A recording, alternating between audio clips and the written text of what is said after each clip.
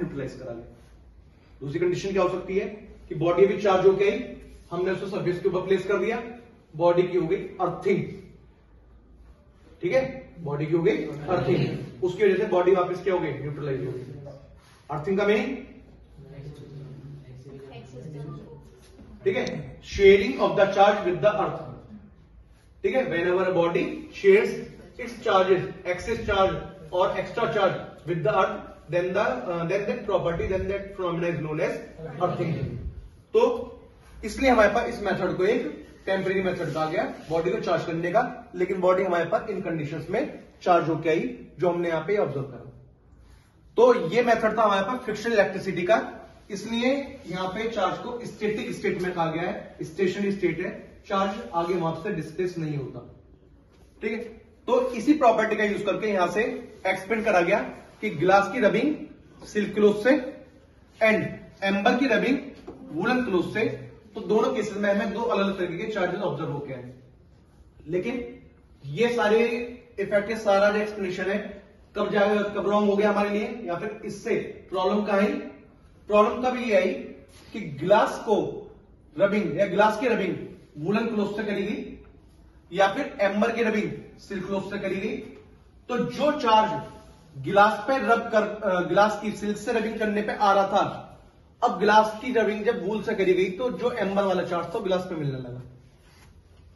समझ रही है, गिलास पे अपना एक अलग चार्ज आ रहा था, एम्बर पे रबिंग की वजह से एक अलग चार्ज प्रोड्यूस होकर आ रहा था, लेकिन जब गिलास को वूल से रब करा गया तो गिलास के ऊपर वो चार्ज ऑब्जर्व करा गया जो एम्बर पे मिला, और जब एम्बर को सिल्क से रब करा गया तो एम्बर के ऊपर हमें वो चार्ज मिला जो गिलास पे मिला।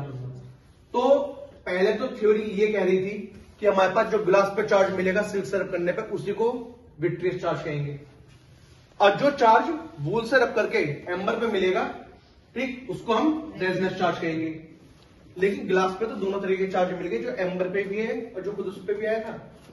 इसलिए हमारे पास ये थ्योरी एक ऐसी कॉम्प्लिकेटेड थ्योरी बन गई जिससे चार्ज का एक्सप्रेशन प्रॉपर वे में नहीं मिल पाया, ठीक, जिसकी वजह से चार्ज को आगे जाके बेंजामिन फ्रैंकलिन ने, ठीक, फ्रैंकलिन ने आगे डिवाइड करा दो कैटेगरीज में, एक पॉजिटिव चार्ज और एक नेगेटिव चार्ज। क्लियर थी बात, कैसा है, ठीक है। शुरुआत की थ्योरी में हमारे पास चार्जेस को इस तरह से डिस्ट्रीब्यूट करा गया। अब इसके बाद हमारे पास जो कंडीशन आती है कि स्केल पॉजिटिव चार्ज था तो पेपर नेगेटिव ही क्यों हुआ, ठीक है, और अगर स्केल पॉजिटिव ना होकर नेगेटिव होता तो पेपर अपने आप में पॉजिटिव हो जाता, ये अपना आप ही होता, क्यों होता, उस चीज को देखिए।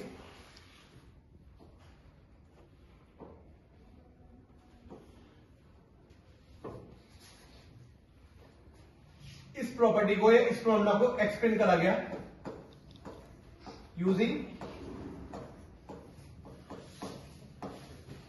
इलेक्ट्रोस्टैटिक इंडक्शन,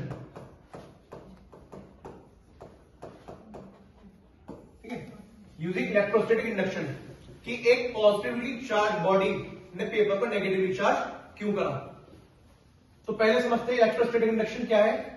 इलेक्ट्रोस्टैटिक इंडक्शन हमारे पास एक टेम्परेरी वे है, टेम्परेरी मेथड है बॉडीज को चार्ज करने का। कैसे,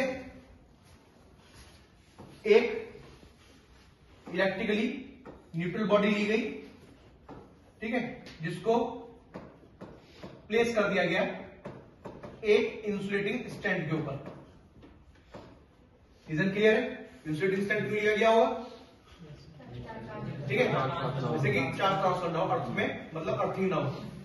बॉडी इलेक्ट्रिकली न्यूट्रल है, मींस बॉडी के अंदर पॉजिटिव और नेगेटिव चार्जेस इक्वल मैग्नीट्यूड में प्रेजेंट है। फर्स्ट कंडीशन हमारे पास ये आई। सेकंड कंडीशन में जो न्यूट्रल बॉडी है, इस न्यूट्रल बॉडी के पास एक चार्ज बॉडी को प्लेस करा गया। किसी भी तरीके की चार्ज बॉडी हम ला सकते हैं, चाहे वो पॉजिटिवली चार्ज लाई जाए या नेगेटिवली चार्ज लाई जाए, ठीक है। उससे क्या होगा, जब हम कह रहे हैं कि ये बॉडी न्यूट्रल है तो इसका मीनिंग कि इस बॉडी के ऊपर पॉजिटिव नेगेटिव चार्जेस इक्वल में प्रेजेंट है।